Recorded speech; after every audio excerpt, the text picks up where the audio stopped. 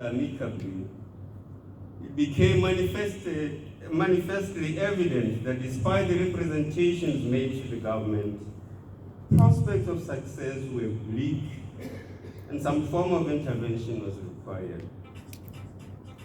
The result was for the aggrieved parties, being the retirees, to form a litigation forum, commonly known as Itshekeng. In the literal sense, meaning let us litigate. The Ari Social Club, therefore, exists to achieve the following on behalf of its general membership. A, to seek justice and fairness in pension dispensations for all military retirees in line with their service and seniority whilst in service. B, ensure members receive honor and respect for selfless service, seeking no favors as members have diligently and honestly performed their duties despite unfavorable economic conditions at the time, thus making their service unbearable at times. C, to seek to make government meet her obligations to ensure ex-servicemen are not subjected to inhumane treatment which has forced them into abject poverty. Further, Itshekeng seeks to stop any future unnecessary sufferance by retiring servicemen and women because of inappropriate pension earnings after their military service.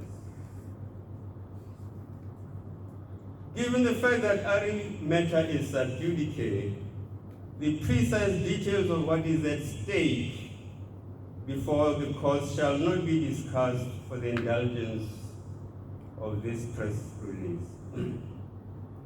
This restriction notwithstanding, the fundamental issues which can potentially raise this matter remain the restoration of the retirees to their original and rightful pension as provided for in the BDF Act, Chapter 2105 of 1977, coupled with appropriate adjustment of the denominator to suit the peculiar circumstances under which military personnel operate. In a nutshell, military retirees are therefore seeking appropriate pension factors that will allow all of them to buy an annuity, enabling them to receive a monthly pension in order to afford them decent life post-retirement.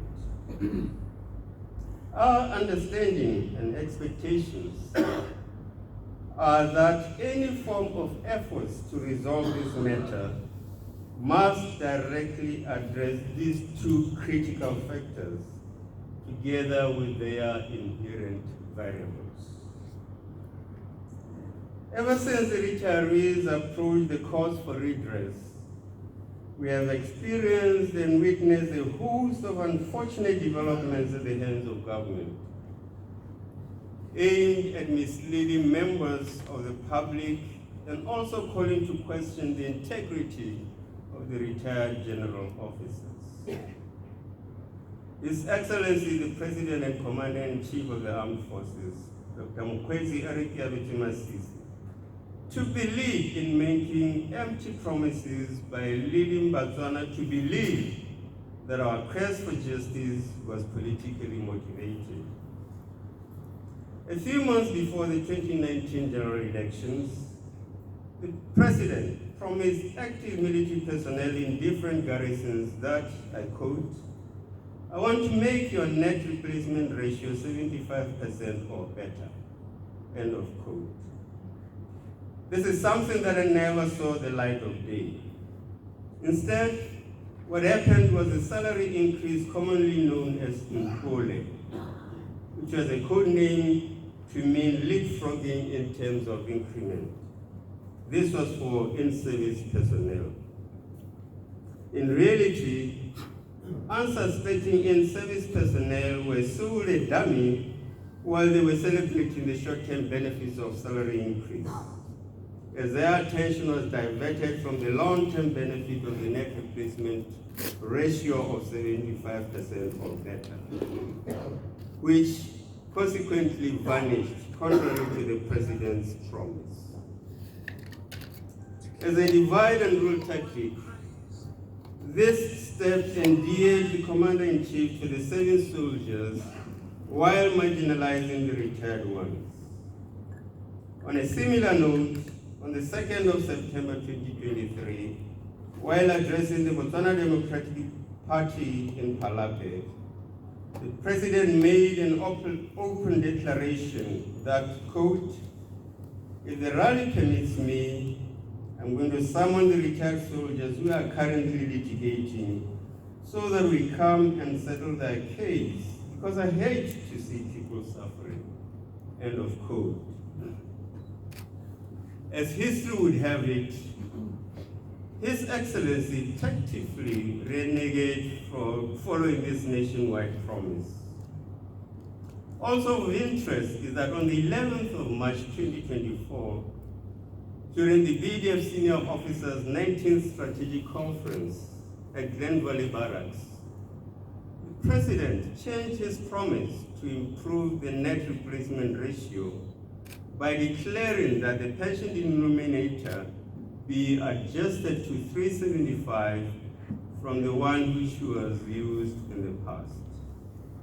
Quite clearly, this shows the lack of commitment and consistency on the part of the President.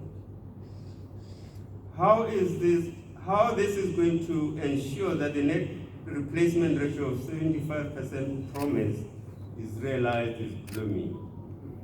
Although it is clear from the recent BDF retirements that it still leaves a lot to be desired, both in terms of local and international practices.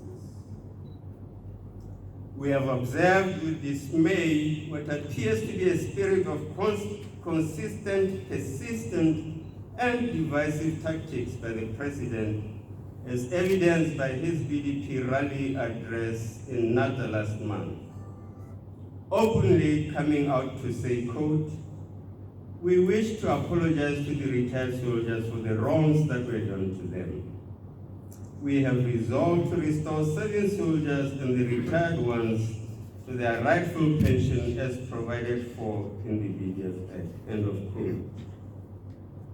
Prior to the Nata rally, the President made an open declaration in Parliament informing the entire nation that the government was definitely going to settle the matter soon.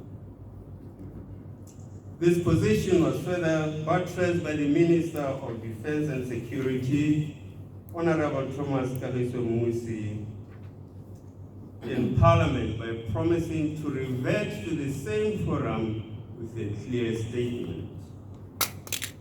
However, contrary to the above-mentioned recent developments in which the Cabinet took a decision as to how the government intends to settle the pensions issue, the nation and Parliament have not been taken into confidence about the modalities thereof. The government has added salt to injury by insinuating that former general officers are a pack of irresponsible officers before the eyes of Botswana and the international community. Partaking in parliamentary debates, the President labeled the general officers as, quote, "Batlanu," or in English, hypocrites. Similar sentiments were earlier on expressed by Honorable